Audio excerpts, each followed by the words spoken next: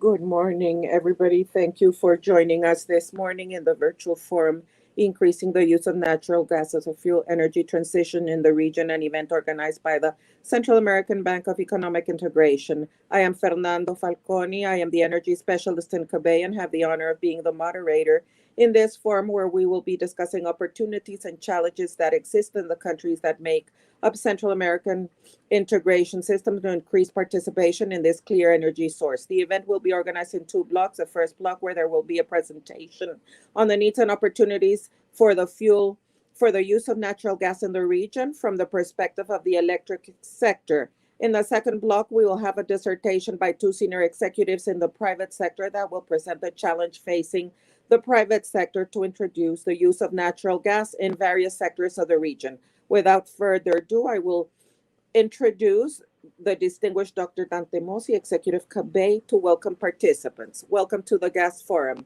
This is a CABEI event where we would like once again to work on integration. This is a technology that will cheapen cost, and this is a transition energy to cheaper energy.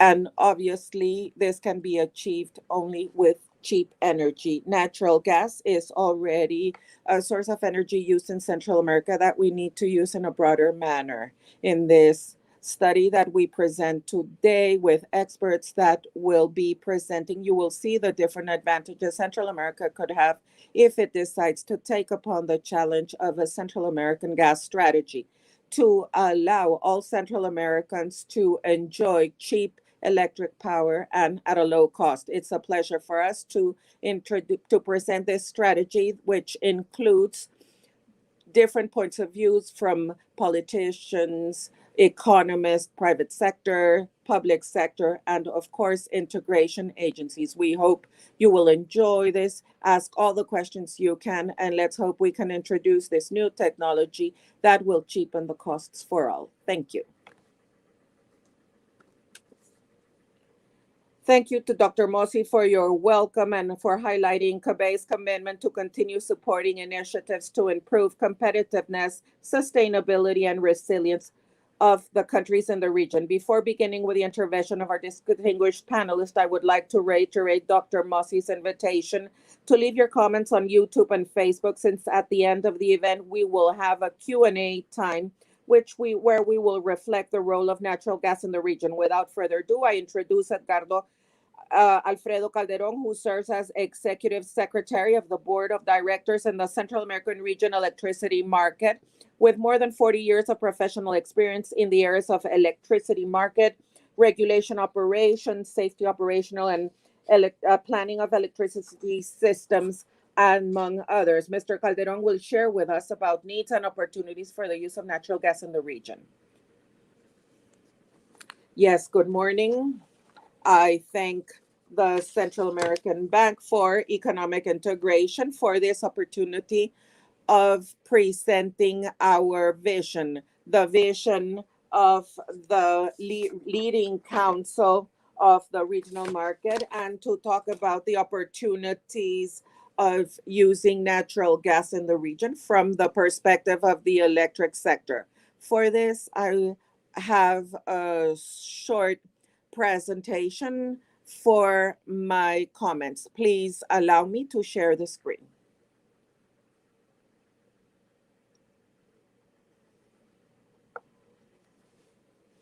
We will be talking about power or electric generation with natural gas in the Central American regional market and the different countries. So to understand the perspective of the needs and opportunities natural gas has in Central America, we need to see how the structure of the electricity markets is formed in Central America. This structure starts with national electric markets that have their own energy policy. In this sense, each country has its own market with its own rules and establishes its energy policy regarding the expansion of national generation. This policy is reflected in the reality in the plans for expansion of service to expansion to service the demand. And we can see that there are advances with generation with natural gas. In Panama, there is a project, and in El Salvador and Nicaragua, the plants are being built. El Salvador plant is well advanced and will start generating very soon. And in Honduras, there is a project. Some 4 out of the 6 countries in Central America that participate in the electric generation integration have plans of using natural gas to generate power. And regarding another important topic of the electric sector and the markets is transmission. In transmission, there are 6 national transmission system and 1 regional transmission system. This regional system needs to constantly be expanded as new generation centrals enter their system, and the countries have the commitment to expand their systems in order to not affect the regional capacity, which currently is 300 megawatts. Now, with regards to the regional market that works together with the 6 national electrical markets, there is also an energy policy, which I will explain now. The MER is a competitive market which is growing. It still has not reached its full development. It's based, of course, in a reciprocal and non-discriminatory agreement between the different Central American electric markets, and it wishes to contribute to the sustainable development in the region, of course, respecting and protecting the environment. We could later go further in depth in this approach of protection to the environment. The energy policy of MER in Central America is established in the framework agreement of the Central American Electric Treaty and its protocol. These are the laws of the Republic of the Central American countries.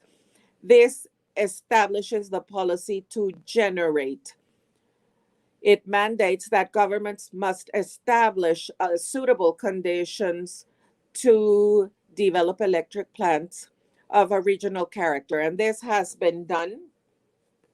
There are contractual instruments, what we call the firm contracts.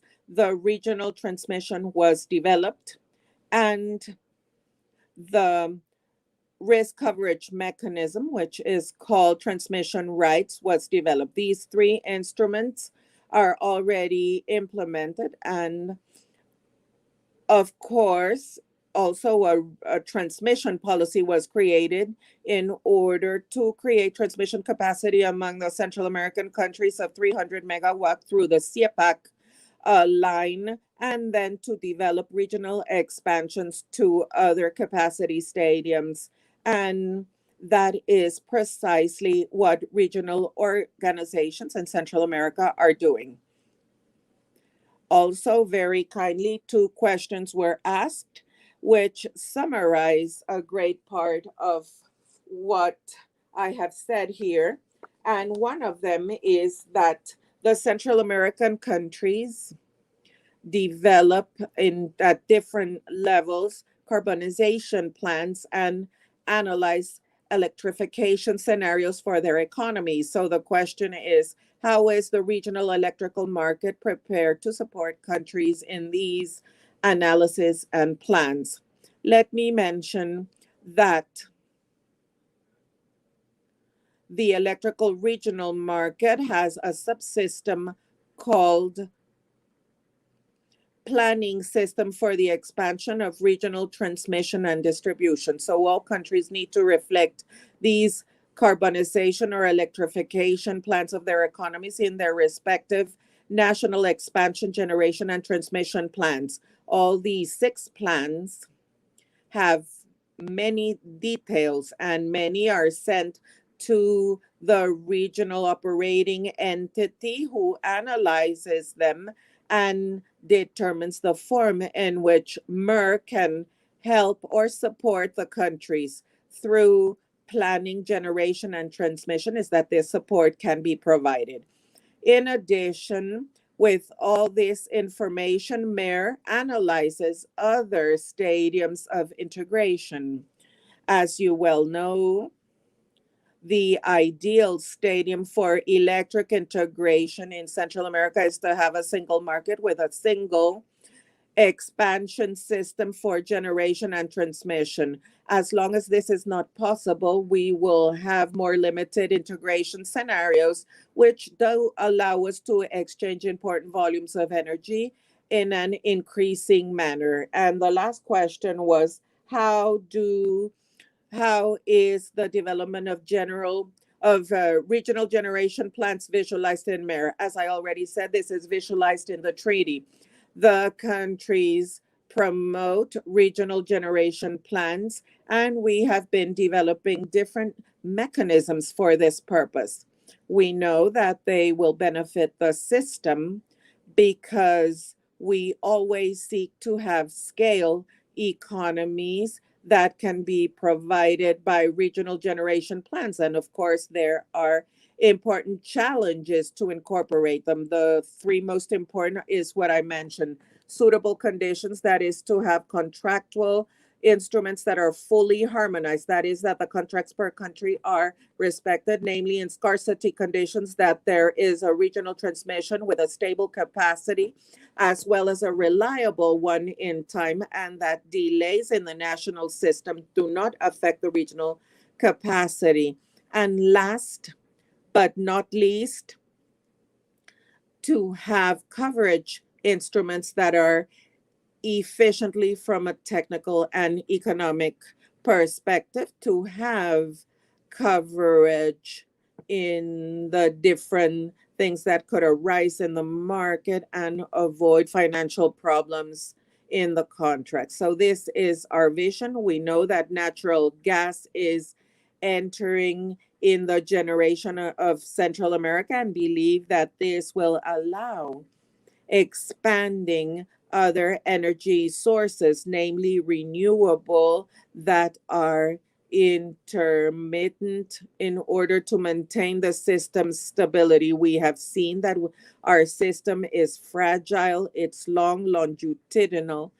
Last week on the 7th, we had a problem where we had a power cut in important regions, and this allows us to see the weaknesses that our system has, which needs to be reinforced continuously to operate in an efficient manner, complying the criteria of security and quality. So that would conclude my reflections, and of course we are available to answer questions. Thank you. Thank you, Edgardo. Definitely, the role of the electric sector is definitely fundamental for the introduction of natural gas in the region. There is no doubt that in order to respond to the needs and take advantage of the opportunities that arise in the energy sector, actions must be developed in the short, medium, and long term that will allow an orderly introduction of natural gas. In addition, I would like to highlight from your presentation the potential to develop regional generation projects through the CAPEI infrastructure, whose energy can be traded in MER. Also, this evidences the need of the reinforcing transmission and that countries can comply with this. In this regard, I'm pleased to welcome Mr. Darío Quiroga, Partner and Director of the Business Unit at Markets Energéticos Consultores Group, a company that has supported CABEI to develop this study and that will enhance natural gas in the Sica region. Mr. Quiroga has more than 25 years of experience in consulting, specializing in the evaluation of business and companies in the electric and oil and gas sectors, investment projects, and public policy. He has studies related to natural gas and the evaluation of future policies, integration of electricity, gas, regional integration, and associated investment pre-feasibility studies. Mr. Quiroga will present the proposed actions to enhance the use of natural gas in the Sica region.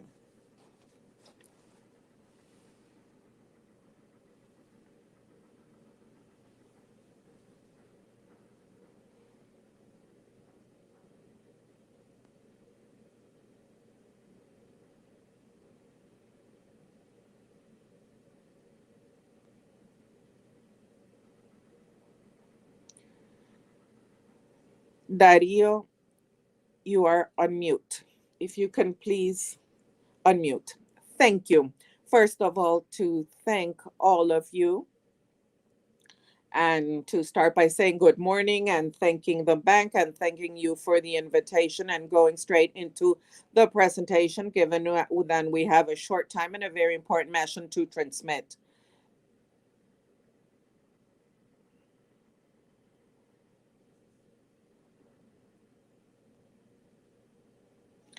The topic to highlight in our discussion is related that to maximize the use of natural gas in the region and why to do this. Well, what the rapid introduction of gas will allow, and rapid or quick is a very important word, is to be much more competitive, which will allow us to not no longer use the contaminant fuel and go into a fully renewable world without having a leap of cost and having to adopt the most expensive technologies before time. So gas is the mechanism for the private sector not have to make a huge change or abrupt change in their investment and can maintain certain stability in their investment. That is why the work of strengthening actions that will allow the rapid adoption and can improve competitiveness in the long run. What have we seen in the region when we see the energy matrices?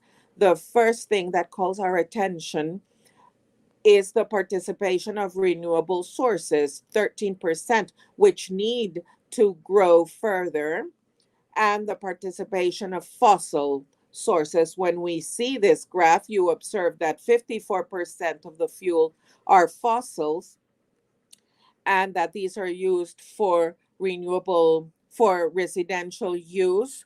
This also has a high generation of emissions. Therefore, highly contaminated fuel participate in almost 77% of the matrix. And that is where we have the threat. So what do we see? And we can see here in this chart in number 54% is fossil. And when you see the second graph, you can see the difference between the emission between natural gas and the other fuels. Diesel fuel oil are for energy, for electric energy. Stationary transmission has 40% more than emission than natural gas, biomass 77 and carbon 85. And some countries have great participation of fuel oil and carbon in the region. This provides different figures for transportation. Gas is also competitive compared to fuel, biomass, and carbon, namely with emission, and even more in terms of the transportation. Where can we see the impact? Where is gas important? The sectors that were analyzed in Central America that could have greater penetration for obviously electric generation, as Mr. Calderon said previously, but of course in hotel industry, textiles, there are great possibility of participation of gas, which today in some sectors such as food and beverage are using LP, which is a more contaminant fuel in about 30% more than natural gas. But in addition, it's associated to the price of oil.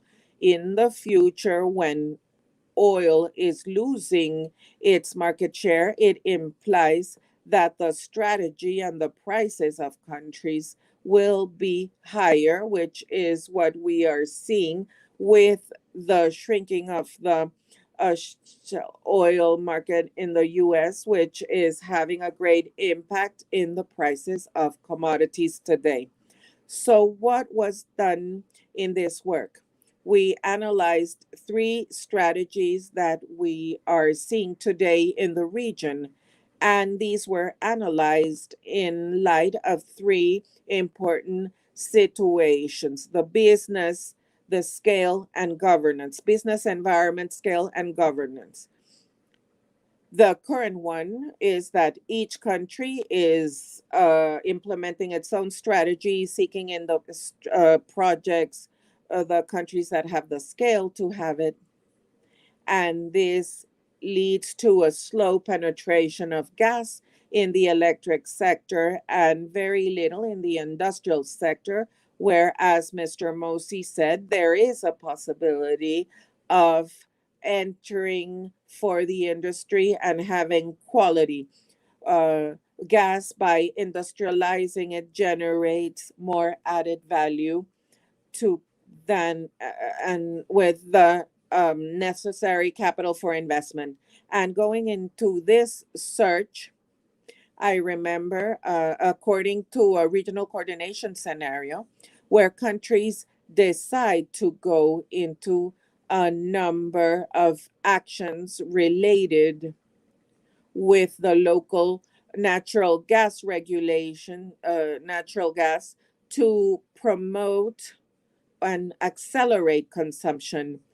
Thinking in a third stage, if consumption were to be accelerated both in the electric and industrial sectors, we could think on a regional project for the long term, such as a gas pipe, a joint project in several countries, a regional project that will allow better competitive costs and better competitive prices as the current ones. For example, in Argentina, the process of regasification could be 50 cents of dollar, and now in Central America it's $1. And this has to do with demand. The lack of demand makes the amortization of assets to increase. So these are the three scenarios. In the presentation, we see what was proposed, and these are the figures that have been developed. Scenario A is a slow one,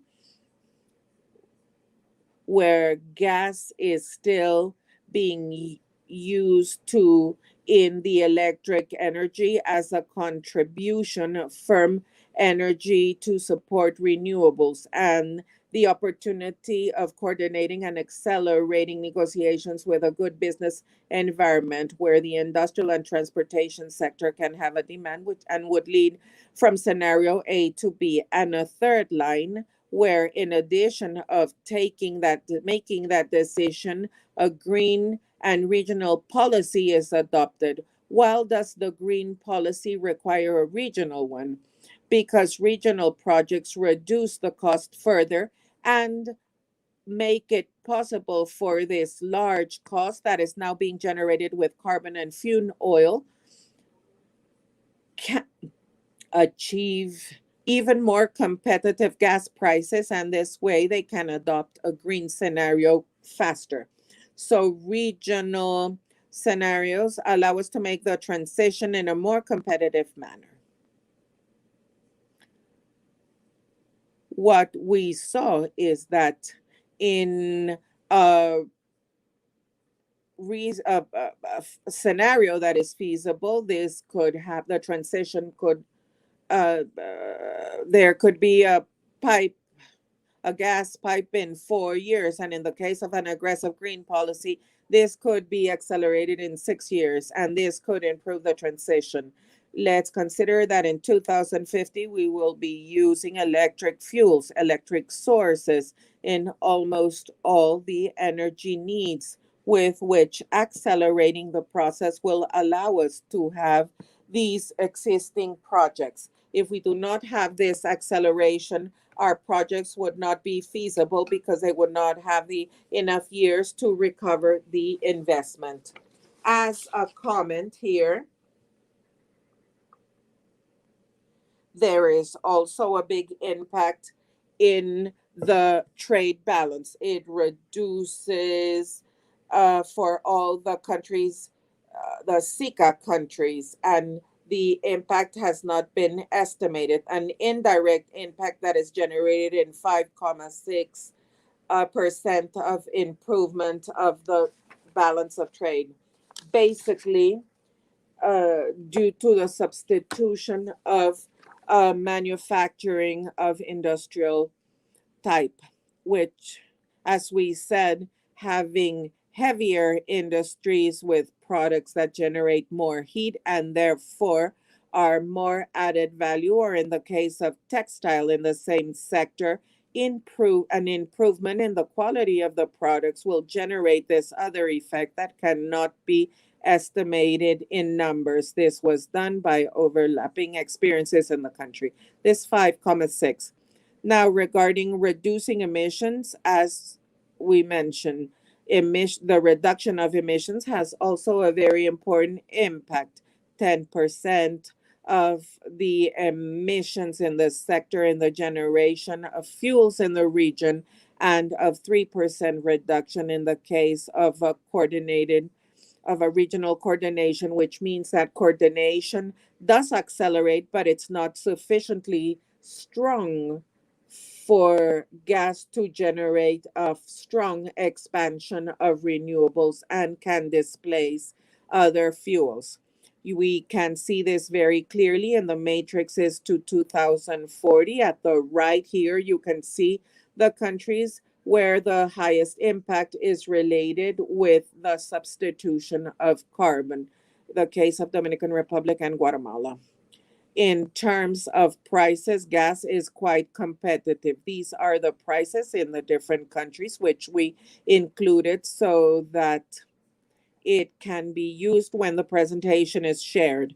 And maybe the most important to highlight here are the prices of the gasoducts compared with the prices of a regasification terminal.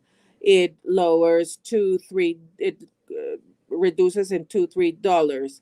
A plant has an impact of $20 in the final price of the megawatt hour, which would make it quite competitive. And the other item is that the containers of GNL have uh, are possible in the north, but not in the south region.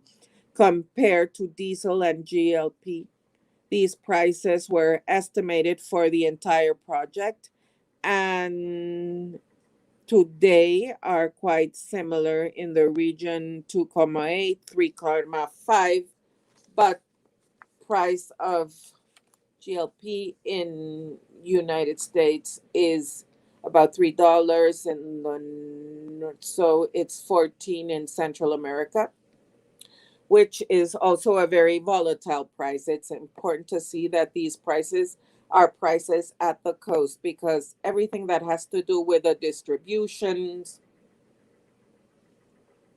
between GNL and consumers or electric generators will be given by the regulation measures that provides the dynamic that investor can recover his investment, and it will also allow a reduction for consumers. So this price at the coast is very important. This is a win-win situation and also a lower level of emissions. So what we proposed, we will start by the national agendas, what countries have to do. That is the first stage, the regional coordination. They need to start developing national plans to introduce natural gas. So they can to include a lot of information in these plans to so that when we analyze in the more developed countries, clients, what they seek are data. So we need to include this information to reduce the cost of entry. To develop the regulation in each country, there are countries like El Salvador that have very well developed standards. Others are still pending and have legislation that allow the possibility to have second level regulation in order to improve the business environment. So it has to be done and focus to include all aspects such as technical, business, environmental, economic, in order to reduce the possibility of the investor so they can have the regulatory clarity, which will improve the business environment. And we believe this is a first step. It needs to be done very soon to accelerate the introduction of gas. Meanwhile, also to have some studies of technology projects, micro LNGs, to understand this project.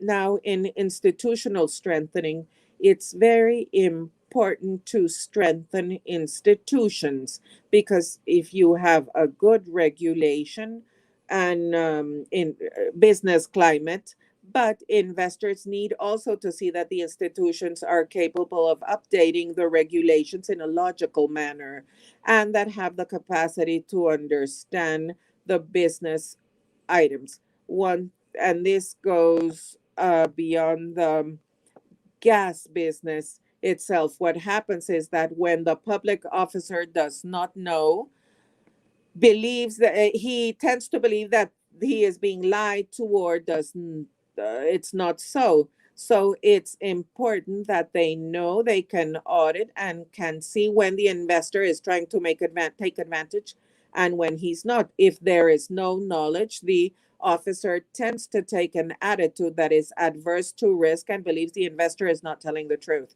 Therefore, it's important to have very strong institutions that can evaluate and make decisions on the future, correct decisions.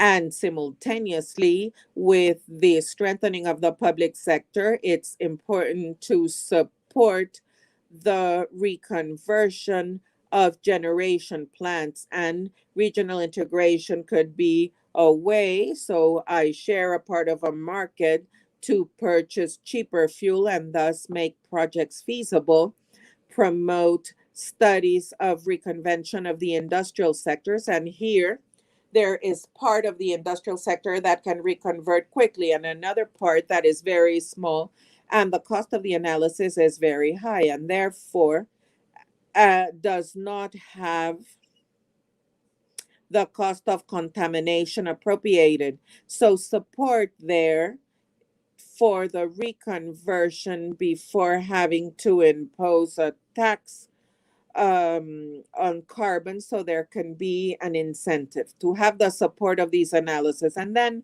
also in some countries we detected there are medium project possibilities in countries where reconversion plants are already being installed. There is the possibility plants for regasification. They will try to develop the market.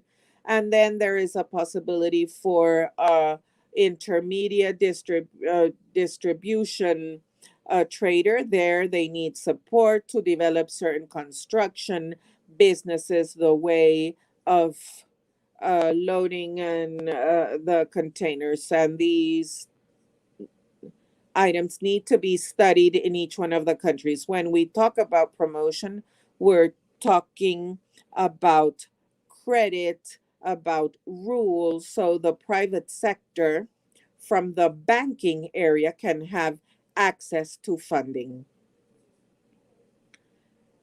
Once each one of the countries develops the regional coordination, then we have, from the first one, we have the regional coordination where we can have the strengthening of the region to market among themselves, the creation of a regional market for the surplus of the plants, of what the plants produce, and to strengthen and to being able to use as the transmission rights. And these allow us to market without restrictions. And finally, if possible, to arrive to a regional project of a gasoduct, where we present two different structures here, which in both cases are very competitive. So as a conclusion, gas is a very competitive mechanism for development. Gas is very competitive to reduce the gas of greenhouse effect, the greenhouse gas effects, and to make of this transition one that will increase competitiveness in the region. Thank you. Thank you very much, Dario. I think your presentation allowed us to see a very clear overview of the energy sector and the part of the projection of the demand, but also the measures that have to be taken at the local level of each country. And we want to open way to the opportunities with natural gas. I would add here an element related with the demand scale, as you well mentioned in your presentation, which was quite integral, that this is an element that we need to consider to have the conditions from the public sector in order to undertake these projects, understanding that the private sector role is very important. As I said before, it is unquestionable that in order to achieve the promotion of natural gas, there must be interest on the part of the private sector to make the transition to this energy source. That is why we will have the discussion of the panel of experts of the private sector to know their perspective and introducing natural gas in different sectors of the region. Before introducing the panelists in the second block of the forum, I would like to encourage you to make your comments on Facebook and YouTube. I am now pleased to introduce the two panelists who will join us in the second stage of our dissertation, for which we have the participation of Mr. Fredy Obando, Commercial Director and Vice President of Liquefied Natural Gas for Mexico, Central America, and the Caribbean AS Corporation, with more than 20 years of experience in the gas and energy markets. He leads commercial activities in the region for existing assets, as well as the commercialization of new projects for business growth. Has led the development of the AES portfolio for natural gas and LNG customers. His participation has been fundamental in the achievements of the transformation of the energy matrix of Panama and Dominican Republic, making them more resilient and sustainable. We will begin with the intervention of Mr. Obando. Here, Fredy, maybe to have a practical and dynamic conversation, maybe to ask you some questions which you need your experience and feedback to answer. I would start, Fredy, with the experience of AES in the region. What and where are the main barriers to bring gas to other sectors in the countries once it enters with the anchor demand of electric generation? Considering the experience of AES, not only in Panama, but in Dominican Republic, which we clearly saw, could you comment? What are the factors that have facilitated financial, and last question, would that have facilitated private investment, and what actions can governments in our region take to promote reconversion plans? The next question, the countries in the region are taking important steps towards the decarbonization of their economies. We currently are seeing competitive prices for variable renewable energy storage, together with other innovation, which will be a determining factor for this energy transition. Here, we wanted to ask you, what role do you consider natural gas can play in this transition? The floor is yours, Fredy.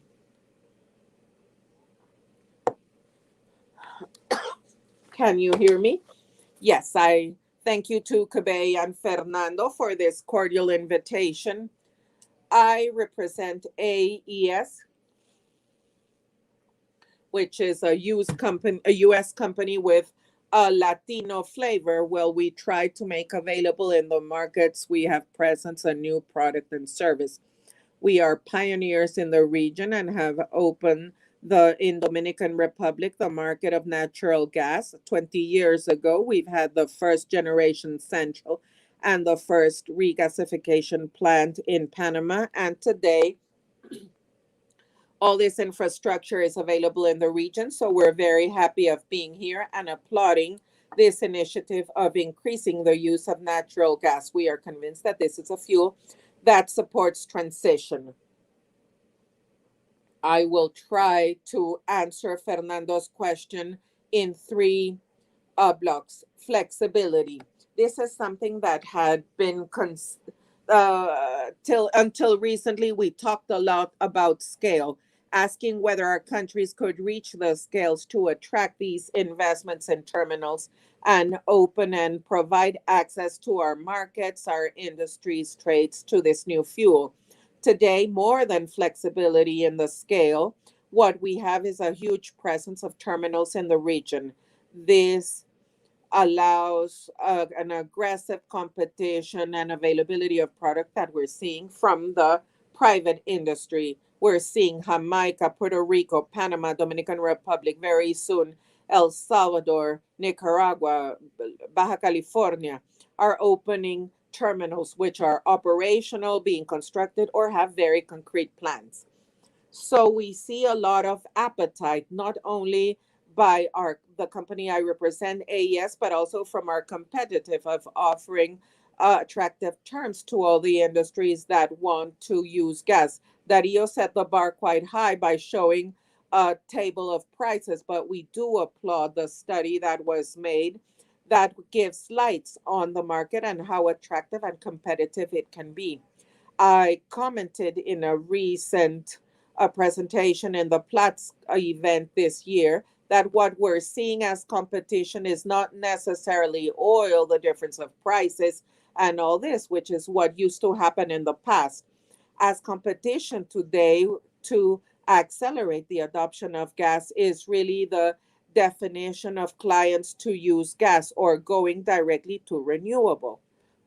In AES, we work for clean energy. However, we are convinced that natural gas should coexist in the transition to a world of natural gas. We need to recognize the economies in our countries, and it's quite ambitious to want to go from diesel, carbon, heavy fuel oil to a totally net zero transmission at once. So, what is my mission to potential consumers? Take advantage of the competitiveness that exists. We are talking about good conditions of price, flexibility of in volume, and even appetite to co-invest in the facilities from suppliers. Now, let me respond to the question of reconversion from generators to gas and the government action.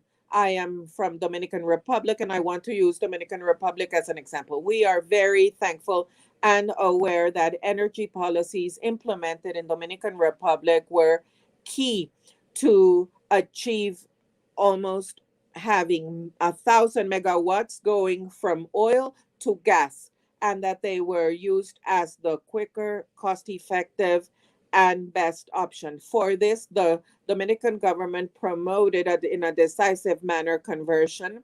We know that the LNG terminal exists in the country for more than 20 years in Dominican Republic. We need to recognize that the government efforts achieve their objectives. Today in Dominican Republic, less than 5% of generation depends of oil.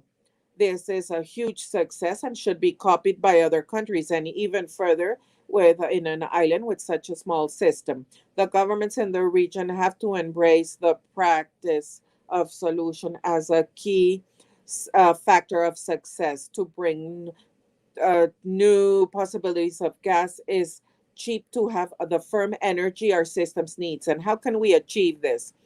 Generally by granting PPPs with a single purpose and with a firm requirement to be supplied by plant to gas. I think that as learning regional standard, it's very important that the new plants go through a validation process, a scrutiny to make sure that the country is receiving the solution and projects are firmly committed. We have seen this in several countries, not taking the necessary time to see that the projects can be done. It generates problems and negative impact in the sector, which invariably will lead to increase in prices. Last, to close my comment, let's talk briefly about transition and the price of renewables.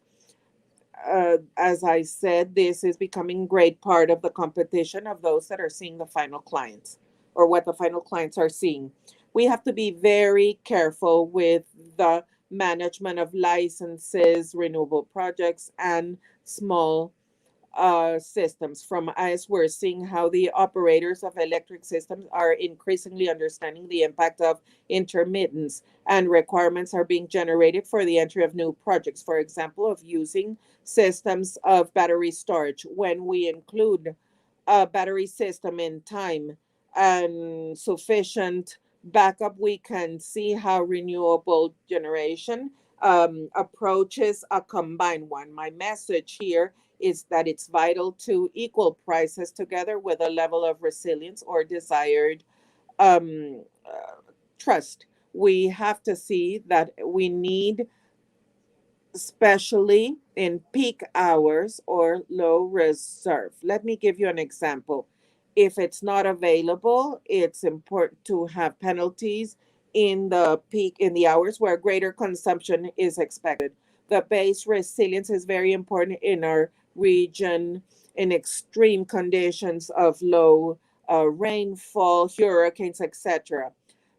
What I mean by this is you cannot compare apples with apples, the price of a renewable energy to a gas cycle, because they both have a different level of reliability. And the beauty of this is that we don't need to choose one versus the other. Our markets are growing in a very important manner. We see how the entry of gas can substitute inefficient generation. We have examples in Panama, Dominican Republic, very soon in El Salvador, inefficient and more polluting energy. Also, the entry of these plants set the foundations so the systems accept more and more renewable energy. From IS, I close my comments, thanking the bank again for their invitation and this great initiative. And we are available for any questions that the audience might have.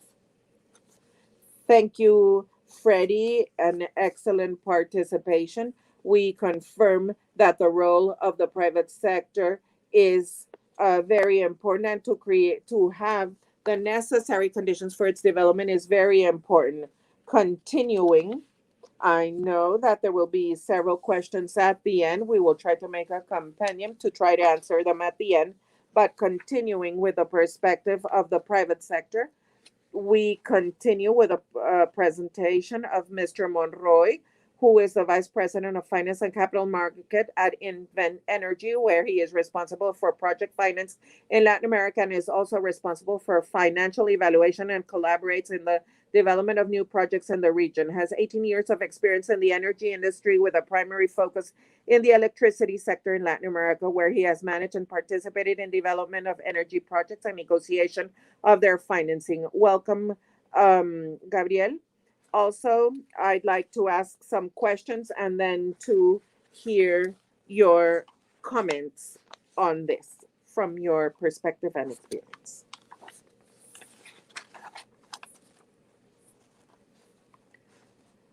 Thank you, Fernando.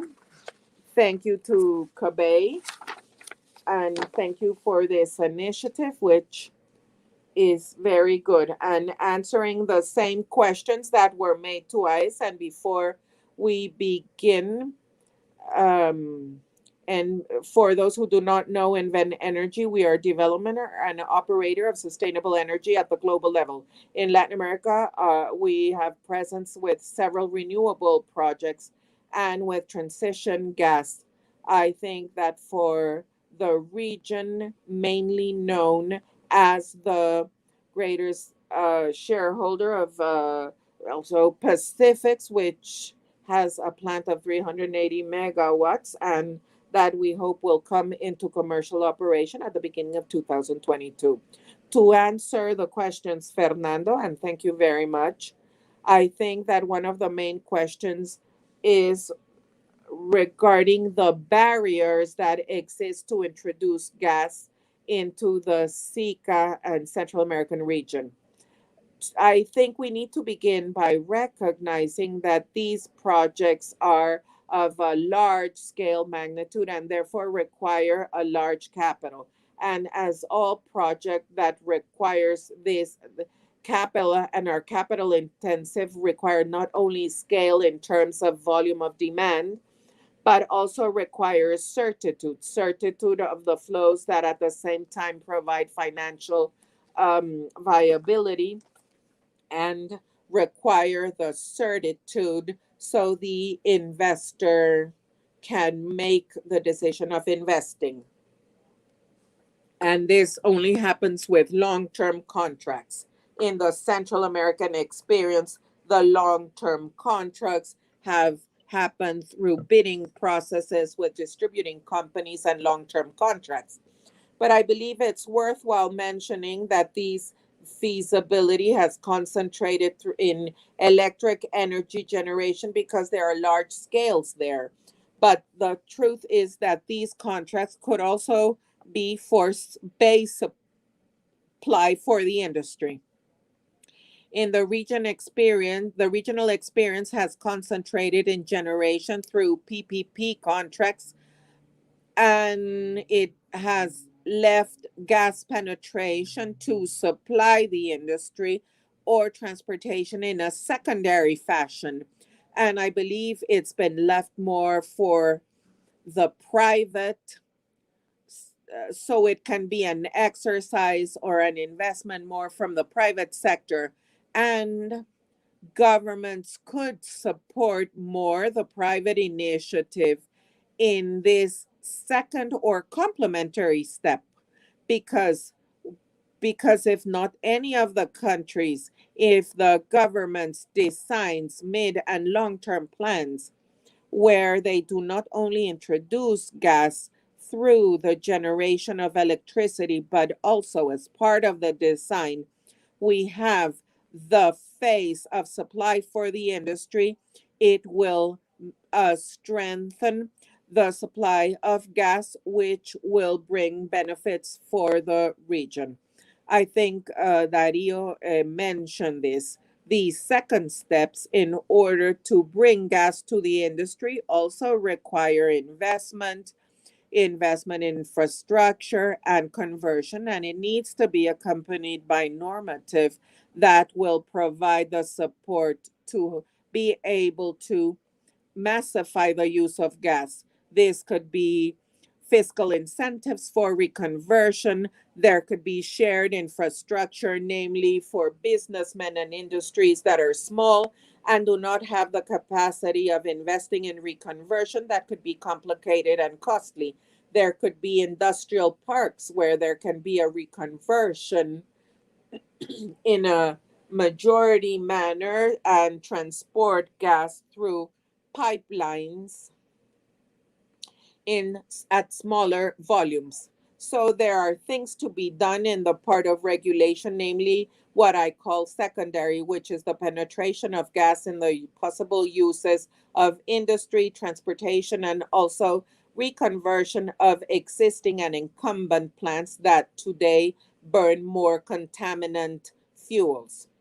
That was for the first question regarding limitations for the market. The experiences that Invent Energy has had in El Salvador have been very good, and there are important lessons to learn. In the bidding processes, there is an important aspect that we see in the regions and the world where there are bidding processes that, on the one hand, leave everything to the bidder, that is, to promote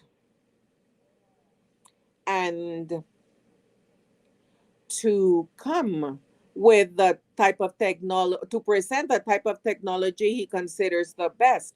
But also, sometimes there is technology already identified by the state that complies with the government objectives. I think there is an optimum in these two extremes. An extreme where everything is left to the private, and then the other extreme where the government determines the technologies. But there is a midpoint which allows the state to participate more in the design and the challenges that projects of this magnitude face. And to be a bit more specific, I'm referring to all the permits and authorizations that are required in projects of this magnitude, which are very complex, ranging from concessions, port studies, environmental permits, technical permits. And I believe that if there is a greater participation from the state since the beginning, the investor will have more certainty for his investment to be much more safe and leaves less uncertitude for the investor than in a process where certain objectives and the rules of the game have not yet been defined. Last, in terms of the energetic transition, I believe that gas as a transition technology and renewable energy will go hand in hand. Intermittency has been mentioned, and we know that the region has a policy of a penetration of renewable, knowing that intermittence is a problem that needs to be addressed. And we believe that a technology of flexible gas that will accompany the demand, and not only the demand, but that can also be flexible to intermittent resource, namely solar in the region, are technologies that will coexist and complement each other, as well as battery technologies, which today still have a limited scale and that in time could grow.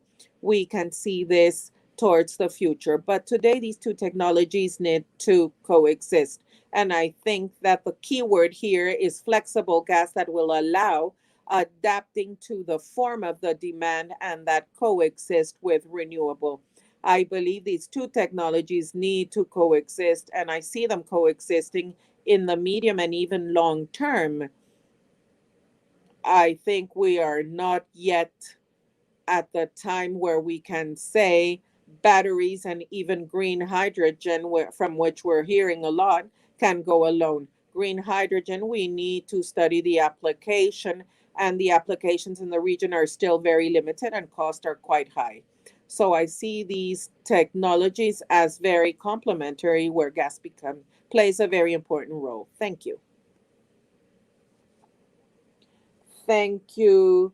Your intervention has been very consistent with the perspective of Fredy and IS. Let me clarify that there is no silver bullet here. There are a number of measures that need to be taken for the transmission to be used, and where we consider natural gas will play a very important role. The private sector perspective is undoubtedly one of the main elements considered as part of the increase of use of natural gas and fuel for energy transition in the region, especially for us, CABEI, as a financial institution.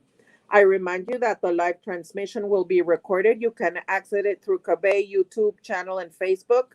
We thank you for your participation in this event. Next, we begin a question and answer session, and we will proceed to read the question asked by the public through Facebook and YouTube. So maybe to make this a bit dynamic, what I will do is that as the questions arise, and there are many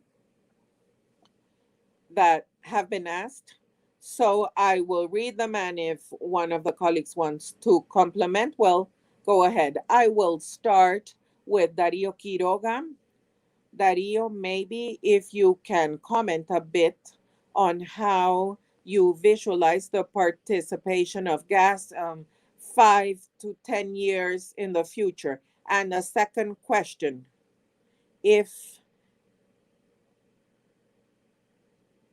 you believe that through a gas pipeline, through a PPP, could make sense in the region. Let me begin with a second question. Yes, it makes sense. Of course, for this, we need regional legislation and coordination, because the regulator is the same for 4 or 5 countries. It makes sense. But for this, we need to have a demand that justifies this. Gas pipeline makes sense if we achieve the necessary scale. If this is not in a period of 5 to 7 years, the it will not be profitable, not because of the beginning, but of the end, the last part, when the renewable with battery enter at very competitive prices, and hydrogen could be an alternative for the uses that require a lot of heat and amount of energy in small time. How do we visualize this? Well, in three scenarios, but clearly in a scenario of participation where participation can reach 15 to 20% of the energy matrix in the region for 2040. Again, for this, we need to follow a very rapid road to improve the business environment, as strengthening institutions and support of the private sector for the technologies. As Fredy said, market is very competitive. Everybody is observing what I saw, that for 2040, 2045, there will be great changes in the market in terms of technology, and therefore business has to be made as soon as possible. What for? Well, for price to be competitive, and we will not have to carry with all the amortization and risk of the investment in the year from 2030 to 2040. But this has to go through regulation. Thank you, Dario. Thank you very much. We have several questions here. Fredy, this would be for you. What is needed to open totally the market by containers? What is the best instance to move gas?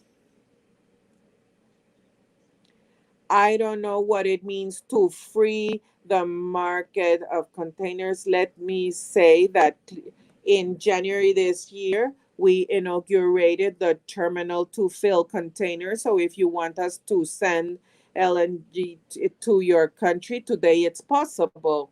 Next week we will announce the first export to another country.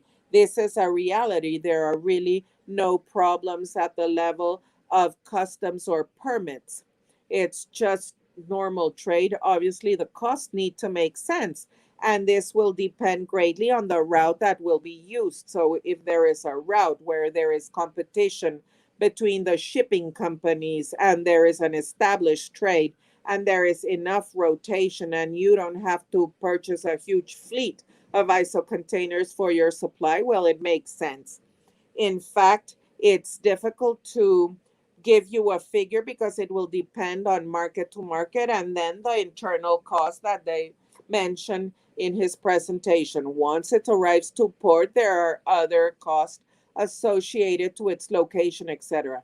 So in summary, this product is available today. There is no barrier. You can call us and we can give you a very quick quote. And with regards to cost, what we have seen is that the economy works until a given volume. After this volume, it makes more sense to have a small terminal of satellite regasification than this flow by container. I don't know if I have answered your question, Fernando. Yes, I think so, but I believe that's what the question was. At the end, it's to see how competitive gas is, considering there is already a terminal in Panama that is fully consolidated, and try to see more or less what the cost would be for each country and to what limit it makes sense to move gas through land transportation. But I think that your answer was excellent. Now, Dario, another question for you. How volatile is the price of gas compared with oil? You commented this in your presentation. Basically, it's much more stable. The unfortunately, I don't have a graph to show you, but it's much more stable, the price of gas. And this has to do with the format of the exploitation of oil wells. and the price when one compares the reference price, which is the US price for oil. In both cases, volatility is higher for oil. Thank you, Dario. The next question is for Mr. Calderon. What can MER and CAMER do and other regional agents to increase the term of firm rights allocation?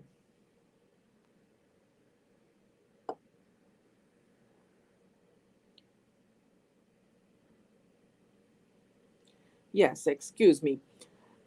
As the person who asked the question might know, transmission rights have been allocated, but these rights have still not reached the economic and technical efficiency we seek, in the sense that the allocation will be at suitable prices for the product offered, and that the exercise will be effective in coverage with the difference in prices. We have achieved certain effectiveness and certain efficiency, but it's not enough.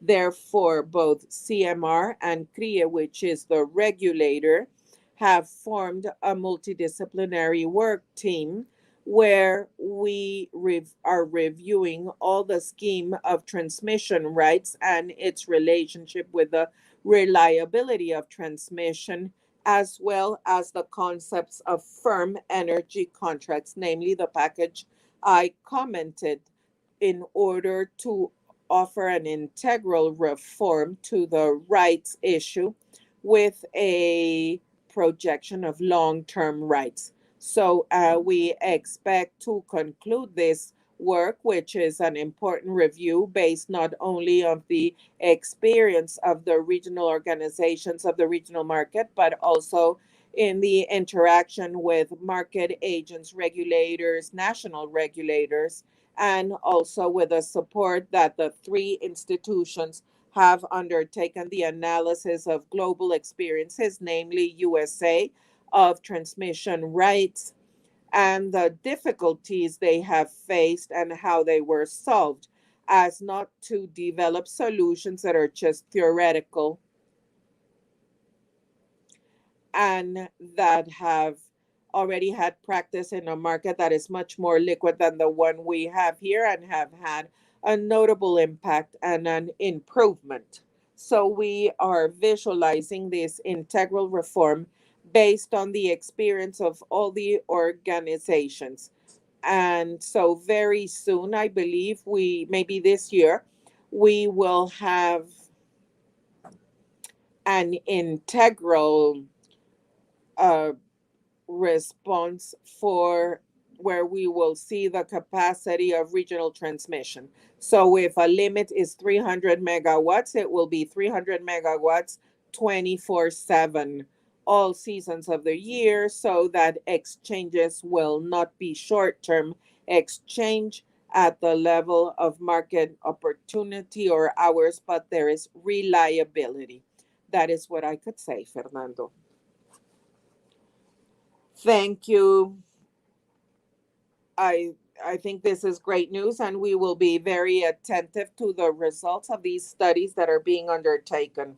Next question for Gabriel. What consideration should countries and distributing companies have when preparing bidding processes for the introduction of gas? Well,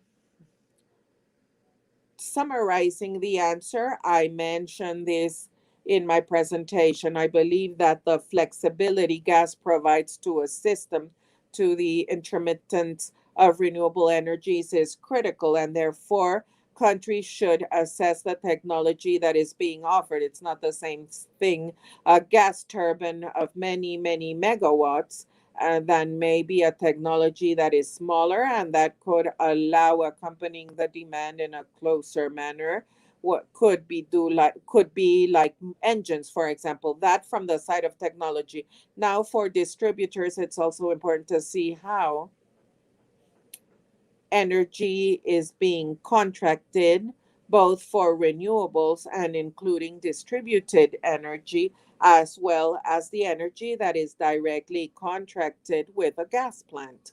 Obviously, the flexibility has to be paid as well as the reliability the gas technology is giving. It accompanies the demand and is giving this security to the system. I think those are the points. Each country has its regulation that will adjust to this somehow, but these are the two aspects that need to be considered. Thank you, Gabriel. Definitely, from the bank's perspective, also the bidding and the sales and purchase contracts for energy are something that provide the certitude in the long term due to risk aspects, as you mentioned in your intervention.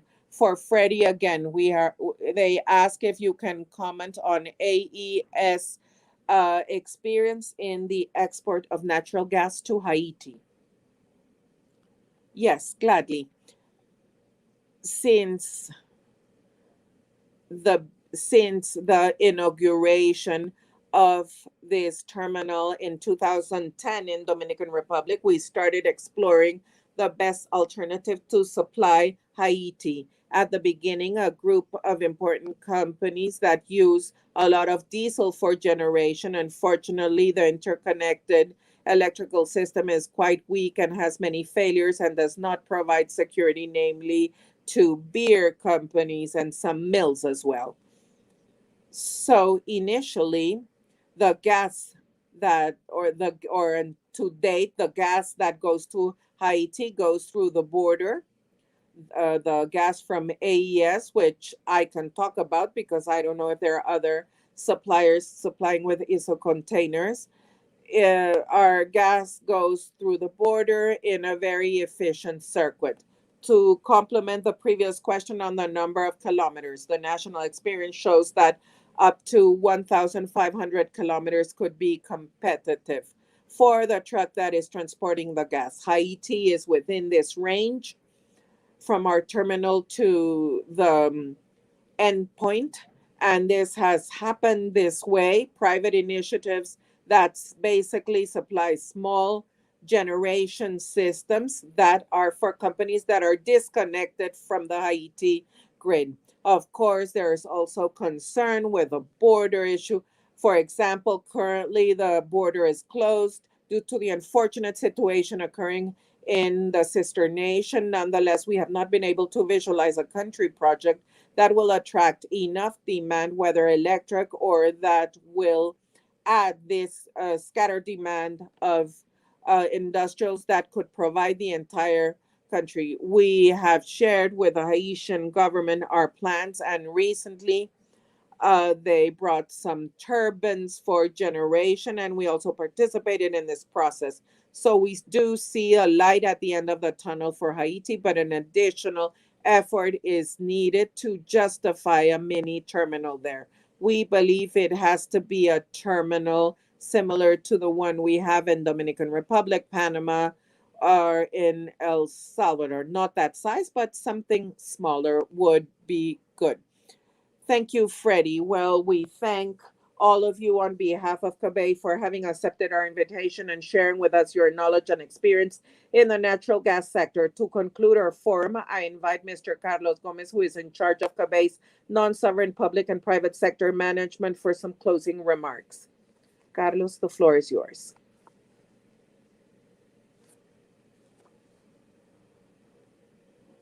Good morning to all the participants. Thank you once again for being with us this morning in this virtual forum on the use of natural gas as fuel for the energy transition in the region. It has been a success thanks to the participation of very high level panelists who have shared great input from their point of view, and that will be taken into account by CABEI. We hope that the input received today will be useful to all the actors that play an important role in the energy sector in the SICA countries. The challenge is very complex, considering it implies structural changes and reforms in regulatory matters in different countries that will allow to create and improve the conditions to increase participation of natural gas. To face this challenge also requires a commitment of the public and private sectors to displace highly contaminating fuels with these cleaner energy source and with clear rules for investors. The economic reactivation programs promoted by the governments could influence the most important investments in infrastructure in future years. We know that the energy sector is cross-cutting in all economic and social sectors and plays a very important role to influence the investment decisions in the region. And this not only in the field of gas, but also different industries that require certitude about ongoing availability of energy sources. This today leaves very clear that we need to find solutions adapted to the needs of each country, to collaborate from a regional level to define solutions, incorporating the best international practices and lessons learned both at the regional level and worldwide. Undoubtedly, the role of the multilateral bank, such as CABEI, is a key importance to provide the conditions and pre-investment resources to support the investment required to introduce gas in the region. In addition to the funding role, we need to play a leading role to attract to the table all the regional and international agents interested in investing in the region. We're also called to contribute and develop enabling conditions that I mentioned, and having standardized regulations for all SICA countries to achieve the investment scale that will allow having access to the best prices. As the Central American Bank for Economic Integration, we are willing and interested in supporting you. Therefore, we invite those interested to approach our executives in each one of our countries to start a more specific dialogue on this topic. In the screen, you can see contact information. Finally, important to highlight the commitment of Central American Bank for Economic Integration with competitive and sustainable growth in the region. And once again, to thank all of you for participating in this forum. Have a very good day, and thank you for participating. Thank you, Fernando.